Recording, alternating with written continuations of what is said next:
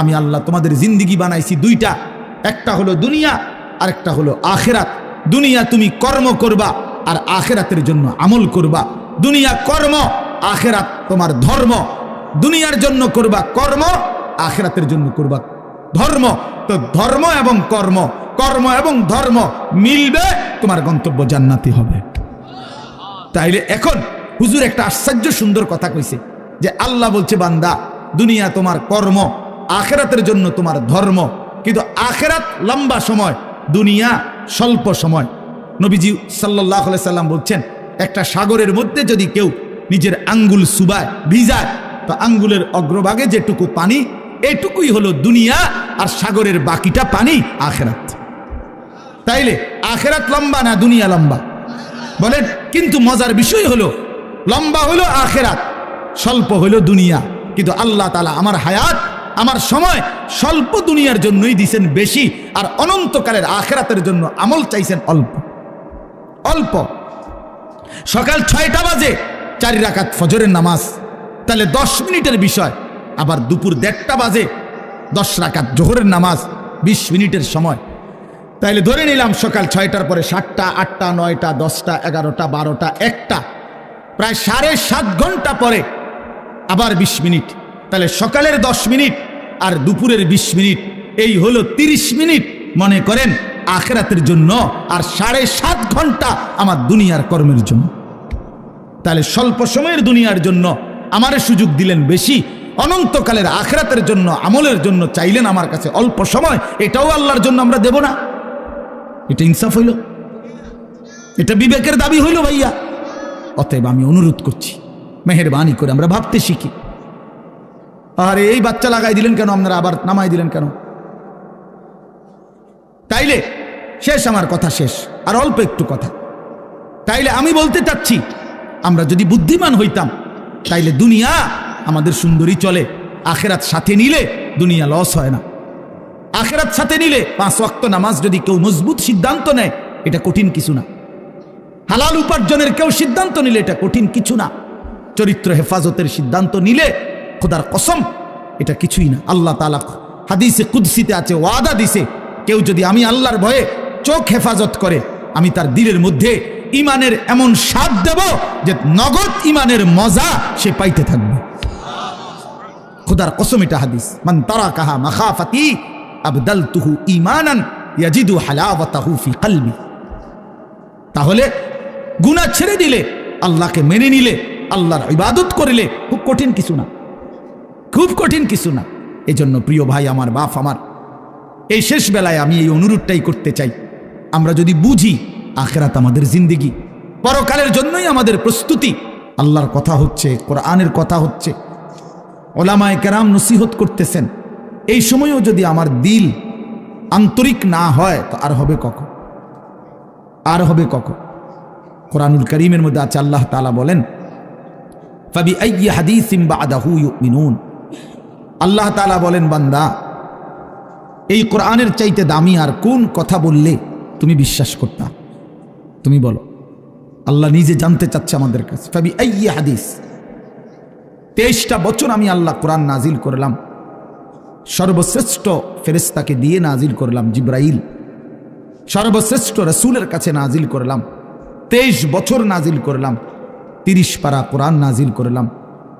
আল্লাহ তাআলা জানতে চাচ্ছে আমাদের কাছে, বান্দা বলো না এরপরে এর চাইতে দামি আর কোন কথা বললে তুমি ঈমান আনতা, বিশ্বাস করতা, মেনে নিতা? তুমি বলো, তুমি বলো। এজন্য কোরআনুল কারীমের প্রতি আন্তরিক হওয়া, আল্লাহর কথার প্রতি সর্বোচ্চ মনোযোগী হওয়া, এটা আল্লাহর আদেশ, কোরআন শরীফের আদেশ এটা। ওয়া ইদা কুরিআল কুরআনু ফাসতামিউ লাহু ওয়া আনসিতু লাআল্লাকুম তুরহামুন। আল্লাহ তাআলা কোরআনে বলছে, যখন কোরআন পড়া হয় তখন তোমরা ফাসতামিউ লাহু, মনোযোগ দিয়ে শোনো, এবং ওয়া আনসিতু, চুপ থাকো, লাআল্লাকুম তুরহামুন, অবশ্যই তোমাদের উপরে রহমত বর্ষিত হবে। তাইলে দোস্ত এটা জরুরি, একজনই শুনুক, আমার কোনো অসুবিধা নাই, কিন্তু মনোযোগ দিয়ে শুনুক। গাফেল কোনোদিন লাভবান হয় না। এই খামখেয়ালি করতেছে, কেন হাসে, কেন কাঁদে। এখন মনে করেন রাত 11টা বাজে, এখন এত রাত্রে বুট খাওয়ার কি যুক্তিকতা? না কথার কথা? ইনসাফ করে বলেন। ভাইয়া মস্কারি করো না, ভাবতে শেখো। একটা বিবেক কি বলে? রাত 11টা বাজে, এটা কি যৌক্তিকতা হইতে পারে? আল্লাহর কথার প্রতি খামখেয়ালি, এই অপদার্থই থেকে যায়। এ জীবনেও কোনোদিন জিন্দিগি সুন্দর হয় না। গাফেলের জীবন কখনোই সুন্দর হয় না। এই খামখেয়ালি আর কি, অবহেলা। কোরআন শরীফে আছে, আল্লাহ তাআলা স্পষ্ট বলছেন, যত লোক জাহান্নামী হবে, সমস্ত জাহান্নামী ব্যক্তির একত্রিত পরিচয় আল্লাহ বলছেন উলাইকা হুমুল গাফিলুন, এরা মূলত গাফেল। এজন্য ভাইয়া বুট বাদামও খাইও না। আমার কথা হলো, অল্প সময় দিল দিয়ে, আন্তরিকতা নিয়ে, নিজের ভালো, নিজের কল্যাণের জন্য আল্লাহর কথা শুনলে বরকত হবে। আল্লাহর কথা শুনলে বরকত হবে। লাআল্লাকুম তুরহামুন, আল্লাহ বলছে মনোযোগ দিলে, চুপ থাকলে আমি আল্লাহ তোমাদের উপরে রহমত বর্ষণ করব, রহমত বর্ষণ করব। কোরআন শরীফে আছে স্পষ্ট, ওমান আযলামু মিম্মান যুক্কিরা বিআয়াতি রাব্বিহি সুম্মা আ'রাযা আনহা। তার চাইতে বড় জালেম, পাপী আর কেউ হইতে পারে না, যার সামনে আল্লাহর কোরআন তিলাওয়াত করা হয় অথচ সে তার থেকে বিমুখ, অমনোযোগী। খোদার কসম, আল্লাহ বলছে সে সবচেয়ে বড় জালেম। ইন্না মিনাল মুজরিমিনা মুনতাকিমুন, আল্লাহ বলেন এমন পাপী, এমন নাফরমান থেকে আমি নিজে প্রতিশোধ নেব, প্রতিশোধ নেব। তার মানে জীবনভর আল্লাহ তাআলা এটা ওয়াদা দিয়ে রাখছে, আমার কথার প্রতি অবজ্ঞা করলা, তোমার প্রতিশোধ আমি নেব, তোমার বরবাদি তুমি দেখবা নিশ্চয়। এই জন্য আমরা আন্তরিক হওয়া চাই আল্লাহর কথার প্রতি। কোরআনুল কারীমের মধ্যে আছে, তাকশাইরু মিনহু জুলুদুল্লাযীনা ইয়াখশাউনা রাব্বাহুম। আল্লাহ পাক নিজে বলছে, কোরআনুল কারীমের বৈশিষ্ট্য, কোরআন যখন মুমিন শুনবে, তো যাদের কলিজার ভিতরে আল্লাহর ভয় আছে, তাদের শরীরের চামড়া পশম সহ দাঁড়িয়ে যাবে, শিহরে উঠবে শরীর, সারা দেহের চামড়া নড়ে উঠবে। আল্লাহর কোরআনের বৈশিষ্ট্য এটা। হাদিসের মধ্যে আছে, আল্লাহ নবী সাল্লাল্লাহু আলাইহি সাল্লাম হযরত আব্দুল্লাহ ইবনে মাসউদ বলছেন, আমি নবীজির সামনে কোরআন পড়ে শুনাইলাম, নবীজিকে শুনাইছেন উনি। তিনি বলেন, আমি 40 আয়াত একটানা নবীজির সামনে তেলাওয়াত করলাম, মাথা নিচের দিকে নামাইয়া। 40 আয়াত পড়ার পর নবীজি আমাকে বললেন, হাসবুকাল আন, এখন থামো। এই লাল শার্ট, এই যে খুঁটির মধ্যে হেলান দিয়ে আছো তুমি, তুমি সরো এখান থেকে, ফালতু কোথাকার বেটা, ফাইজলামি করো কেন এখানে? তোমারে তো বাধ্য করে নাই কেউ, ফাইজলামি না থামলে বাইরে যাও। মস্কারি করে অনেকে আছে এমন গাদ্দার যে হুজুর আমি কোনোদিন কারো কথা শুনি না, আপনি বললে হবে কি? কথা বোঝেন নাই?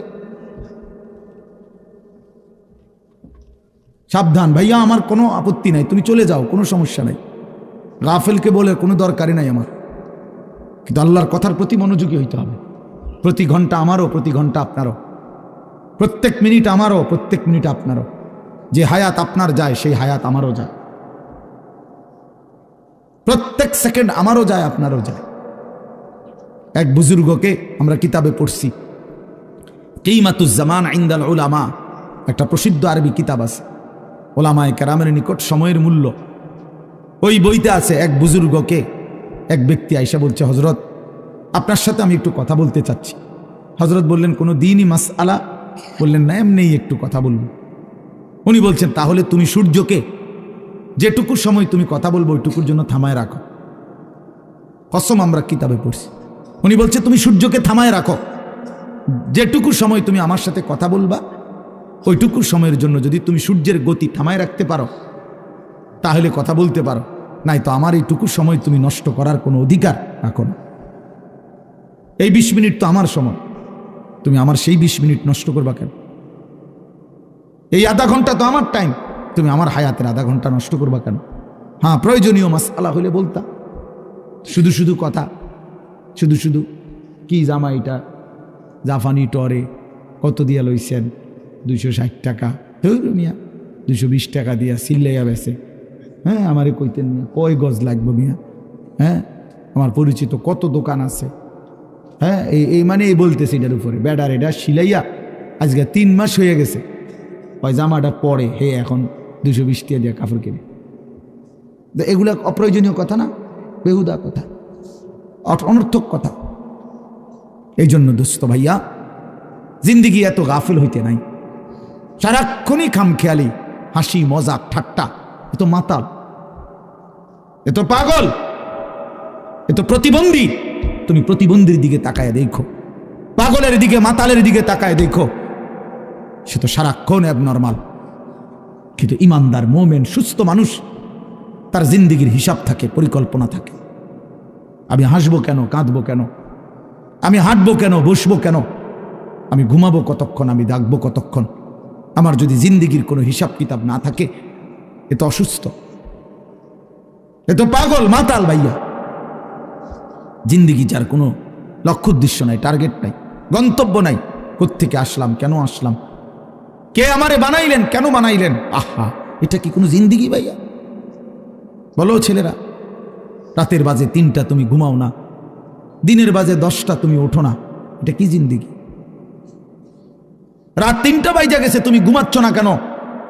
সকাল 10টা বাজে গেছে তুমি উঠছো না কেন? তোমার ঘুমেরও কোনো সিস্টেম নাই, উঠারও কোনো সিস্টেম নেই। সারা রাত উলঙ্গ ছবি দেখে, নারী দেখে, জিনা ব্যভিচারের দৃশ্য দেখে নাফরমান ঘুমায় আসে, সকাল 10টা বাজে গেছে, উঠারও কোনো নাম নাই। আহা, আল্লাহ নবী সাল্লাল্লাহু আলাইহি ওয়াসাল্লাম বলছেন, খোদার কসম, নবীজি বলছেন যে ফজরের নামাজ পড়ে না, সে খবিস। খবিস, এটা খবিস, খবিস আর নফস, ওই ব্যক্তি খবিস, কাসলান, অলস। নবীজি বলছেন, যাকা রাজুলুন বালা শাইতানু ফি উযুনাইহি, যে ফজরের নামাজ পড়ে না, শয়তান তার 2 কানে পেশাব করে দেয়,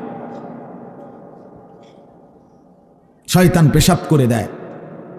নবী সাল্লাল্লাহু আলাইহি ওয়াসাল্লাম বলেন, ফজরের নামাজ না পড়ে যেই নাফরমান ঘুম থেকে জাগে, ঘরের বাইরে বের হয়, সে শয়তানের, ইবলিসের পতাকা নিয়ে বের হয়। রায়াতুশ শাইতান, শয়তানের পতাকা নিয়ে বের হয়।